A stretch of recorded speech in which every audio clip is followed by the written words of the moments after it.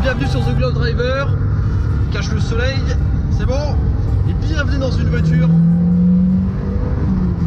ultra rare que je voulais vous présenter depuis tellement longtemps. Bienvenue dans une Lancia Delta intégrale HF 16V, une voiture ultra mythique. Parce que si vous connaissez un petit peu le rallye dans les années 80-90, la Lancia Delta, vous connaissez forcément, et ça fait vraiment longtemps que je voulais vous en présenter une, parce que ça a toujours fait partie, rien qu'esthétiquement, en dehors du côté rallye, en dehors du côté performance, d'une de mes voitures préférées. Parce que le look qu'on va vous présenter tout à l'heure est tout simplement incroyable. Aujourd'hui, c'est grâce à Nash Automobile que je peux vous présenter cette voiture. Nash Automobile, c'est un garage qui est spécialisé dans l'achat, revente, recherche personnalisée de voitures de prestige, de collection, de sport. Et parmi les voitures qu'ils ont celle-ci, qui est une Lancia Delta HF intégrale 16V de 1991, qui a été entièrement restaurée. Et lorsqu'ils m'ont contacté pour me dire écoute, on a quelques voitures à vendre, regarde si ça t'intéresse, quelque chose que tu aimerais bien essayer et présenter à ton audience, j'ai vu ça, j'ai fait est-ce que je peux l'essayer? Ils m'ont fait pas de problème. Vous pouvez aller checker leur site internet qui est dans la description, leur Instagram qui est Nash Automobile, et vous verrez qu'on a une autre voiture à vous présenter, mais vous verrez ça dans une vidéo suivante.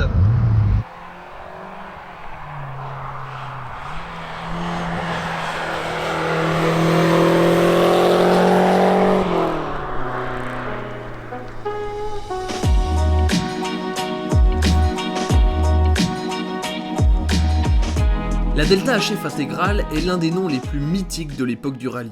Et pour cause, c'est avec différentes versions de cette voiture que Lancia a marqué l'histoire en remportant consécutivement le championnat du monde des rallyes de 1987 à 1992. Mais avant de ressembler à ça, la Delta à l'origine, c'est ça. En 1979, c'est une petite berline compacte à 5 portes à moteur transversal avant qui développe au maximum 85 chevaux transmis aux roues avant uniquement. Elle connaît plusieurs évolutions au fil des années, dont une en 4 roues motrices. En 1985, la Delta S4, prototype à moteur arrière dérivé de la berline pour la compétition, est tirée à 200 exemplaires pour des particuliers. Elle remporte de nombreux titres, notamment au groupe B. Elle développe 400 chevaux et elle sera l'une des toutes premières tractions intégrales engagées dans l'histoire des rallyes à remporter autant de titres. Mais le groupe B est vite remplacé par le groupe A et Lancia remplace la S4 par la Delta HF 4 roues motrices, apparue en 1986, qui vient très rapidement s'imposer en compétition et remporte le championnat du monde en 1987. En octobre 87 sort la Delta HF intégrale, première évolution de la famille Delta à 4 roues motrices, et comme à chaque fois, les innovations technologiques sont encore au rendez-vous et la voiture toujours plus performante. Lors du championnat de 1988, Lancia a gagné 10 rallyes sur 11 et obtient donc le titre avant la fin de la saison. La Delta intégrale a ainsi démontré de façon indiscutable son potentiel et ses qualités depuis son introduction en 1986. Mais Lancia ne s'en tient toujours pas à ce succès largement mérité et propose la HF intégrale 16V, c'est le modèle que je vous présente aujourd'hui. Le nouveau 2 litres turbo possède, comme son nom l'indique, une culasse à 16 soupapes qui développe 200 chevaux à 5500 tours minute, et là encore, elle embarque toute l'expérience de Lancia en rallye et propose une version encore plus performante, mais aussi encore plus polyvalente. Suivront ensuite les versions Evolution et Evo 2 qui connaîtront de nombreuses séries spéciales très recherchées aujourd'hui. Une lignée de voitures mythiques qui resteront à jamais dans l'histoire de la compétition automobile.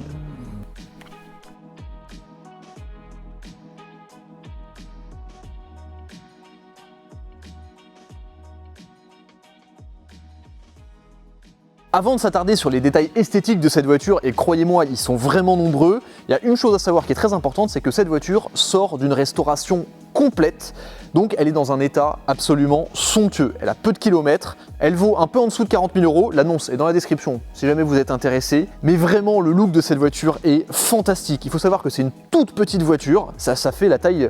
la taille d'une Golf 2 peut-être, c'est tout petit. Et à l'intérieur, on a 200 chevaux quand même et un système 4 roues motrices, on va en parler. Cette voiture est d'août 1991 et la Evolution est sortie en octobre, je crois, 1991. Donc comment on reconnaît une 16V? Alors déjà, vous avez ici le badge intégral HF 16V, qui a marqué ici toujours du côté gauche. On a les phares, les 4 phares avant qui sont de taille inégale. On a un capot qui est très bombé, parce que vous allez le voir en dessous, il a fallu faire rentrer pas mal de matériel pour en faire la voiture que c'est. Et lorsqu'on la regarde, c'est tout petit, c'est super large. Je vous l'ai expliqué, une des caractéristiques de la Delta intégrale, c'était l'homologation rallye. Du coup, les arches sont hyper élargies, on voit vraiment qu'elles ont été tirées, un peu d'ailleurs à la manière d'une M3 E30 ou d'une Audi Quattro. La raison pour laquelle ils ont fait ça, c'était tout simplement pour, sur les versions de rallye, de faire rentrer des roues plus grosses et d'élargir encore plus les voies. Et ça se voit vraiment, c'est tiré d'une manière qu'il y avait vraiment dans les années 80-90 quoi. C'est différent des courbes qu'on peut avoir sur certaines voitures beaucoup plus modernes. Comme la voiture allait de toute façon subir une utilisation assez intensive, vu son pédigré sportif, on voit qu'il y a énormément d'aération, d'extracteurs d'air ou d'entrée d'air sur la voiture. Par exemple ici, on en a 2 grandes sur le capot. Et quand on regarde sur la face avant, tous les trous sont fonctionnels. Juste là au-dessus des phares, la grande grille ici, derrière la plaque, en bas, c'est bourré de radiateurs. Il y a des radiateurs pour à peu près tout dans cette voiture, donc ça c'est assez particulier. On retrouve vraiment la calandre spécifique toute carrée avec le badge Lancia, ici le petit badge HF avec l'éléphant, les pourtours rouges. Juste de la face avant, c'est une voiture qui a un look absolument génial. Ces jantes ne sont pas celles d'origine, mais on a les originales. Il y en a une dans le coffre, on va vous la montrer juste après. C'est des toutes petites jantes en 15 pouces, alors c'est des pneus Nankang, et en 205 mm de large à l'avant et à l'arrière. Et j'adore ce style de jantes blanches vraiment rallye, des jantes un peu turbines avec marqué OZ Wheels, c'est le logo Sparco ici, ça donne un look vraiment rallye à la voiture tout simplement. En même temps, c'est une voiture qui sort du rallye, et tout est ultra carré sur cette voiture. Il n'y a pas d'arrondi, tout est carré, ça a un peu un look de frigidaire. Bien sûr, à l'arrière, on a l'aileron qui est très vertical et ça se voyait encore plus sur la Evolution et sur la Evo 2 où parfois l'aileron pouvait être comme ça. C'est un aileron qui est réglable sur plusieurs positions avec des petits boulons qui y a en dessous. Là, c'est pareil, on a des petits extracteurs d'air, les mêmes jantes à l'arrière, c'est aussi du 205. Petit badge intégral CSV en rouge ici, discret mais qui va bien. Et à l'arrière, on continue sur ce thème complètement carré. Arrière verticale, ici le badge Lancia, elle a marqué Delta HF intégral CSV, donc le nom complet de la voiture. Une grosse sortie d'échappement à gauche. Alors sur cette voiture, on a un échappement modifié, ce qui est assez génial parce que ça fait pas mal de bruit. Et petit détail que j'aime beaucoup, ici on a un petit sticker avec marqué 87, 88, 89, 90, 91, 92, Lancia championne du monde des rallyes.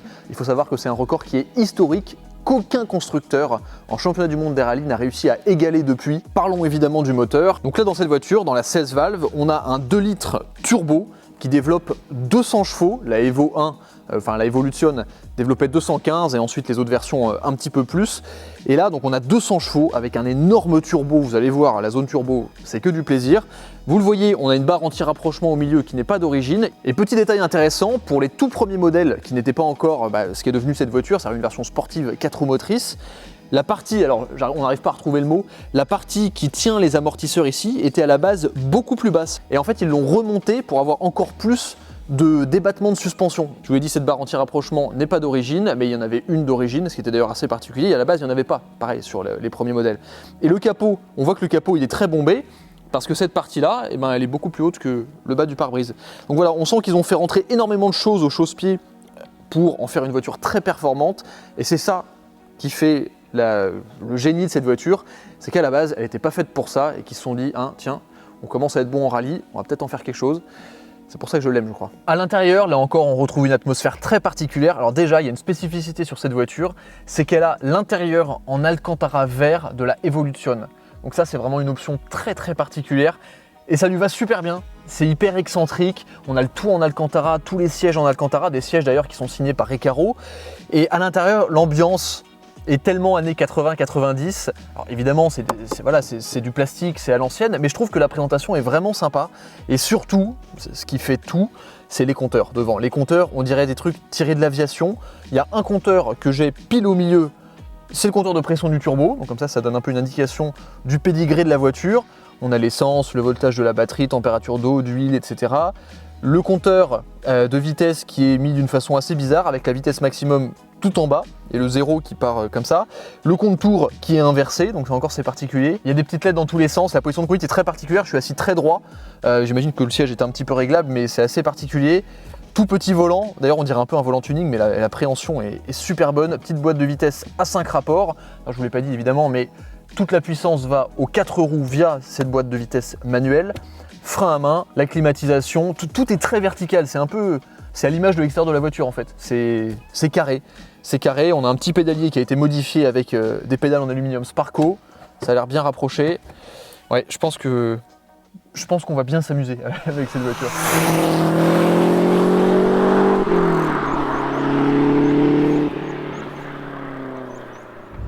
look est absolument génial. L'intérieur, je vous l'ai présenté, mais c'est pareil. Tout est complètement vertical. La position de conduite est très haute, très droite. C'est assez particulier. Tous ces petits compteurs jaunes, on dirait vraiment que ça vient de l'aviation.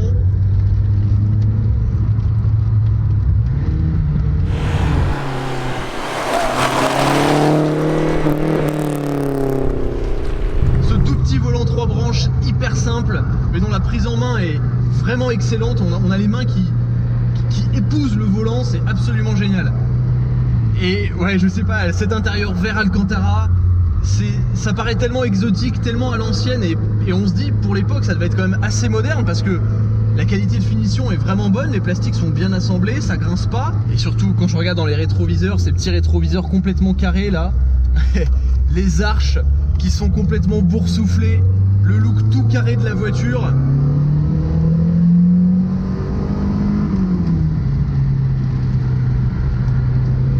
Et là directement, petite accélération, mais on sent immédiatement que la voiture, elle est faite pour les petites routes comme ça, les petites routes un peu de rallye.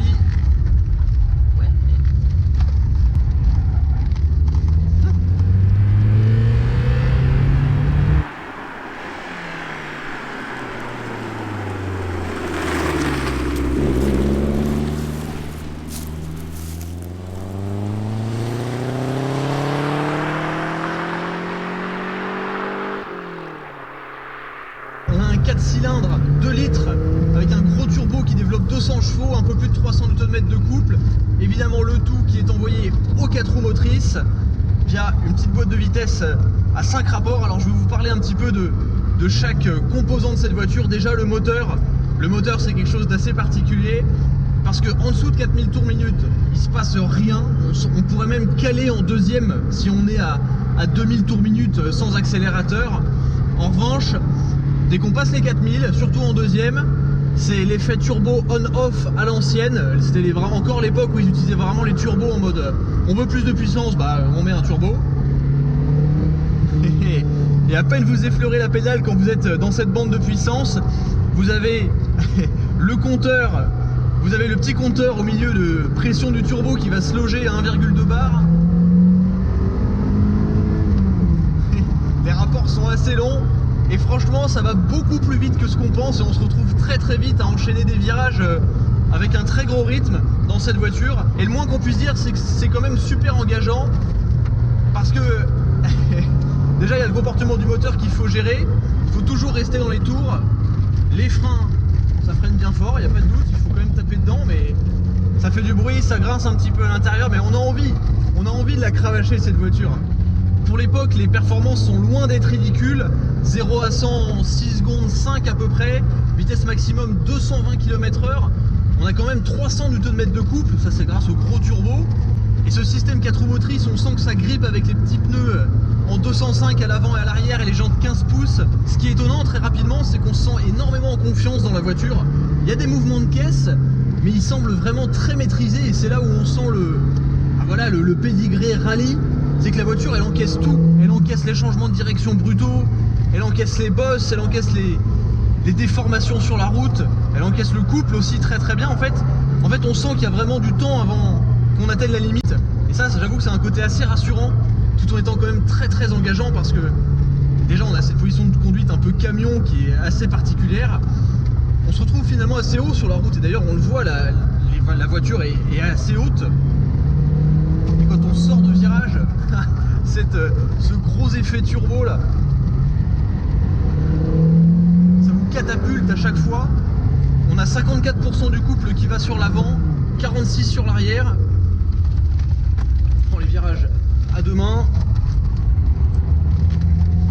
Et si on est sous la zone turbo, eh bien effectivement ça met du temps à repartir.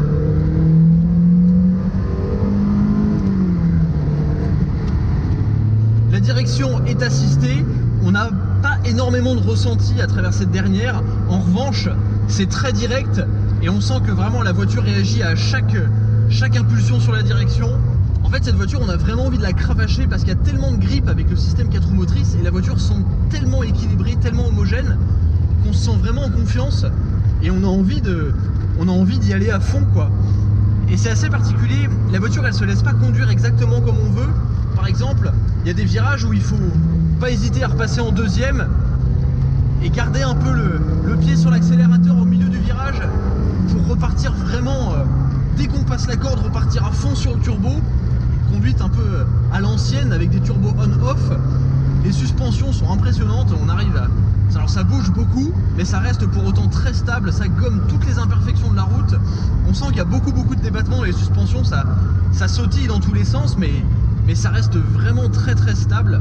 Il y a toute cette ambiance en fait de voiture ancienne où on guidonne, on cherche les appuis, on cherche ses repères.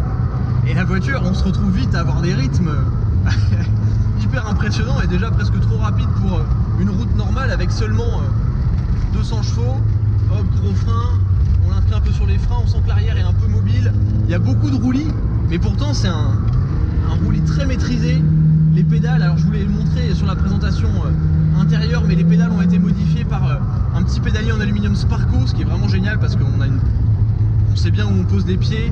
Le talon de pointe est super facile à faire, l'embrayage est court, la pédale des freins est ferme. Les freins, il faut quand même bien appuyer dessus, hein, ça. Et puis grâce au différentiel à l'avant notamment, on sent qu'on ressort des virages pleine balle, quoi. On peut tenir la corde dans les virages. La voiture, elle accepte vraiment d'être maltraitée. Et ça, c'est une vraie caractéristique d'une voiture issue du rallye, parce qu'elle est faite pour encaisser tout et n'importe quoi. Et vraiment, l'ambiance, c'est les bruits de turbo, les bruits de l'échappement. Il y a un échappement modifié sur cette voiture. Tout ça, ça participe au caractère vraiment exceptionnel de cette petite bombinette. Et je dis petite bombinette, ça, je le maintiens parce que la voiture, elle est vraiment toute petite. Ça, c'est un autre aspect qui est génial. Que la voiture, elle est minuscule. Et on a envie de cravacher. Je suis pied au plancher, il se passe rien. Et turbo.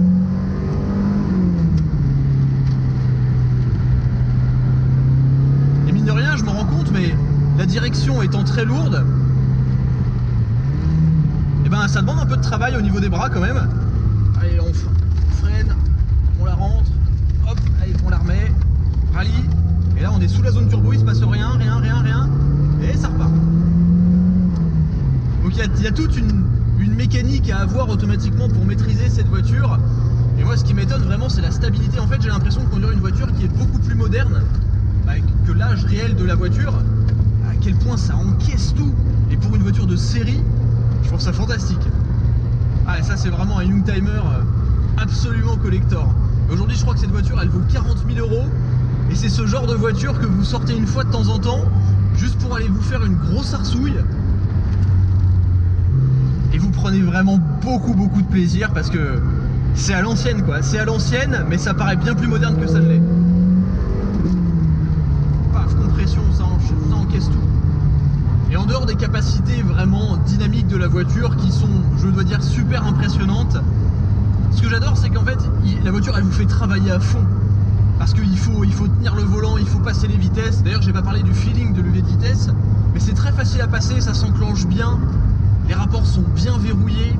Le jet qu'il y a entre chaque rapport, le débattement pardon, est assez court. On peut envoyer les vitesses dans le remplacement assez fort.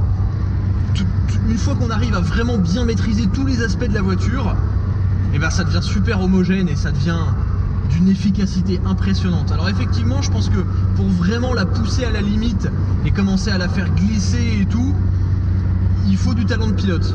Cette voiture, c'est une voiture de rallye pour la route. Voilà, tout simplement, pas plus compliqué que ça.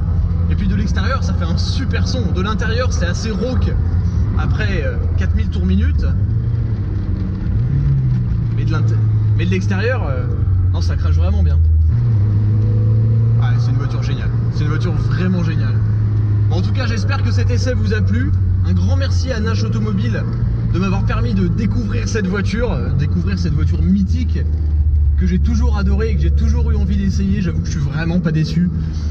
Et franchement, pour 40 000 €, un sacré collector en devenir, c'est déjà un collector, et beaucoup de fun derrière le volant. Ça, c'est certain. Je trouve ça génial. Je trouve ça trop bien. Et juste devant, là, il y a l'essai que vous verrez la prochaine fois. Bon, sur ce, merci d'avoir regardé la vidéo. Merci à Pierre qui est à côté de moi, comme à chaque fois, pour son aide sur le tournage. Et je vous dis à très vite sur The Glove Driver. Ciao.